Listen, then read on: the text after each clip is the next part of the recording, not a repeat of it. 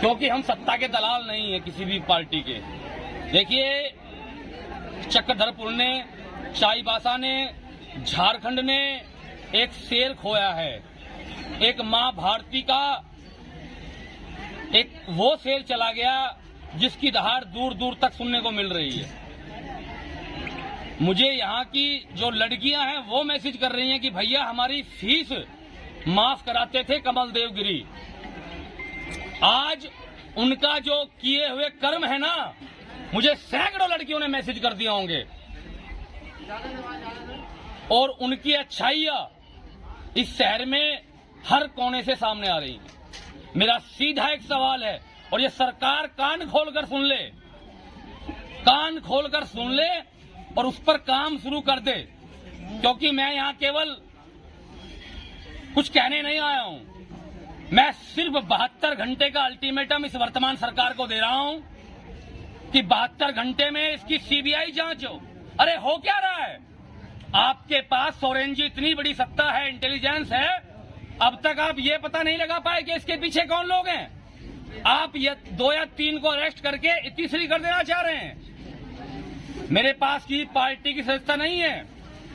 मैं जो कार्य करता हूं सनातन धर्म के लिए करता हूं और बड़ी उम्मीद है आपसे कि 72 घंटे में ये केस खोल कर देंगे।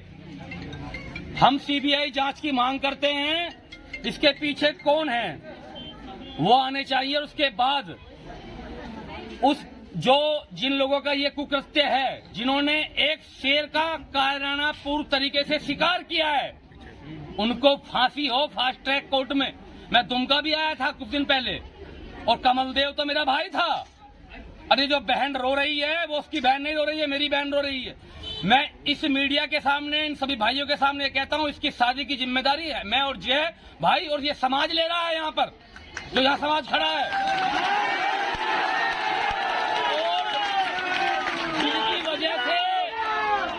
जिनकी वजह से हमारे घर में चूल्हा नहीं जल रहा है, उनके घर में चूल्हा नहीं जलने देंगे। कान खोलकर सुन ले वो लोग जो शक्तियां पीछे हैं। मैं शक्तियां नहीं कहता हूं, वो दुर्बल हैं, वो दुर्बल है, दुर्बल।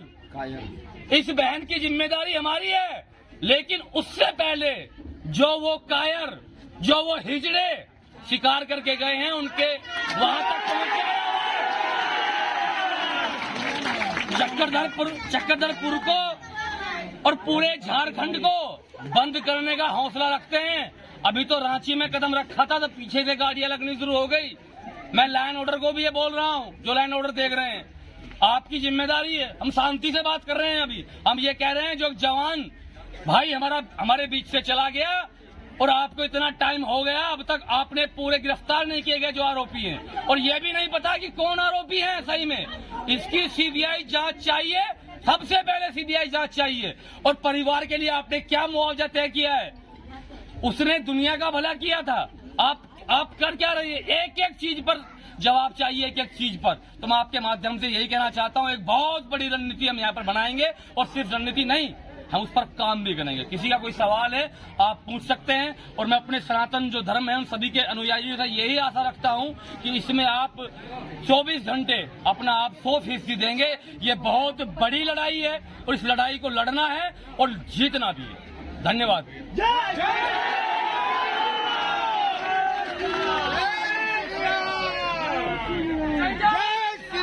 देखिए, इसी समय से, वर्तमान समय से एक हस्ताक्षर अभियान, वो सिर्फ इसलिए कि जो हमारे बीच कमलदेव भाई नहीं रहे स्वर्गीय, उनकी सीबीआई जांच हो इस मामले की, उसके लिए हस्ताक्षर अभियान अभी ही शुरू करेंगे। और जितने भी, मैं तो कहना चाहता हूं, चक्रधरपुर में, झारखंड में, जहां जहां तक आवाज मेरी पहुंच जाए, वो यहां पर आकर हस्ताक्षर करें और हमारी इस मुहिम को तेज करें। हमें सीबीआई जांच से कम चाहिए नहीं। परिवार के प्रति उनका क्या सोच है राज्य सरकार का, वो चाहिए। ये बहन है, उसके लिए, इस परिवार के लिए क्या वो सोच रहे हैं, हर चीजों पर जवाब चाहिए। उससे भी पहले हमें सीबीआई जांच चाहिए। जो हमारा भाई हमारे बीच नहीं रहा, उसके असली कातिल कौन है, किनका षड्यंत्र था, किन्होंने किया, एक एक चीज स्पष्ट रूप से सभी के सामने आनी चाहिए। आप किसी का कोई सवाल है आप कर सकते हैं। मैं बहुत लंबा सफर करके आया हूँ, 2 मिनट बैठना चाहूंगा। बाकी कोई सवाल है आपका सवाल पूछ सकते हैं। आपने जो 72 घंटे का समय दिए, उस अंतराल में यदि सीबीआई जांच नहीं कराते सरकार, तो आप क्या करेंगे? 72 घंटे बाद हम चक्रधरपुर में ही आमरण अनशन पर बैठ जाएंगे। इससे हमें कुछ मतलब नहीं है कि वो 72 घंटे ले या 72 घंटे पहले, लेकिन डेडलाइन 72 घंटे की है। अगर उससे पहले सीबीआई जांच की मांग सुन ली जाती है तो ठीक है, नहीं तो फिर चाहे हमें जेल में बंद करें, चाहे ये लाठियां मारें, चाहे हमारा एनकाउंटर करें, हम तो आमरण अनशन पर बैठ जाएंगे। क्या लगता है पुलिस की जो कार्रवाई है उस पर संतुष्ट क्यों नहीं हो पा रहे हैं? क्या देखिए, संतुष्ट अगर आपको लग रहा है आप मीडिया के साथी हैं तो मैं अपने सवाल वापस ले लूंगा। कितना टाइम हो गया इस मर्डर को हुए, कितना समय हो गया और अब तक पुलिस के हाथ क्या लगा है? अब तक राज्य सरकार के इंस्ट्रक्शन क्या है? आप 2 या 3 लोगों को सामने करके ये कह दे रहे हैं कि अभी 4 या 5 फरार हैं, उनको भी कैच कर लेंगे। कोई खेल थोड़ी ना हो रहा है। आपके पास पूरी पावर है, पूरी इंटेलिजेंस है, सीआईडी है, सब कुछ तो है आपके पास। क्या नहीं है? अगर आपके पास कुछ नहीं है, आपको ऐसा लगता है, तो आप क्यों नहीं सेंटर को रिकमेंड कर दे कि हमारे बस की नहीं है, आप सीबीआई इंक्वायरी कीजिए, हम सेंट्रल में बात करेंगे। देखिए, करने का मादा होना चाहिए, कार्यशैली होनी चाहिए। इस केस में बहुत कुछ छुपा हुआ ऐसा है जो सामने आएगा तो झारखंड का पूरा परिवेश बदल देगा। सीबीआई जांच हम चाहते हो, सीबीआई जांच ही करा कर ले। क्यों नहीं ये जांच सही दिशा में जा रही है? क्या कारण?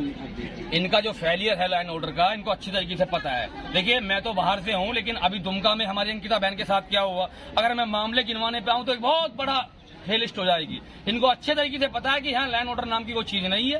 कुछ ही टाइम में सरकार पिकनिक पर चली जाती है, इनके मंत्री विधायक उनका अता पता नहीं रहता है, तो लैंड ऑर्डर को संभाल ले कौन? तो सीधी सी बात है, इनका फेलियर है, उस फेलियर को छिपाने के लिए कुछ ना कुछ तो दिखाना पड़ेगा। वही दिखावा ये कर रहे हैं, लेकिन उस दिखावे से हम परिपूर्ण नहीं होने वाले। हम सीबीआई जांच करा कर रहे हैं। दोबारा इस तरह की घटना ना घटे, इसको लेकर आपकी टीम क्या करेगी और सरकार को आप क्या अपील करना? देखिए, रही बात प्रथम सरकार अपील की, तो सरकार से तो हम यही अपील करेंगे कि वो अपने राज्य में लैंड ऑर्डर सोयन साहब चुस्त दुरुस्त करें और ऐसी विंग का उद्घाटन करें कि जो कम से कम जमीन पर हो। और हमारा संगठन तो अपने ही देश में सुरक्षा की जरूरत पड़ जाती है।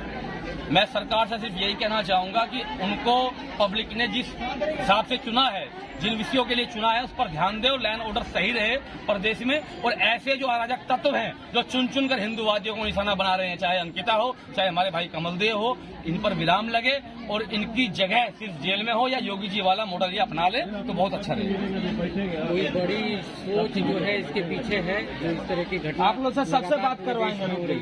देखिए, स्पष्ट ये कर रहा है, मुझे ये सुनने में आया कि कमलदेव भाई कुछ दिन बाद कोई राजनीतिक जीवन में जाने वाले थे।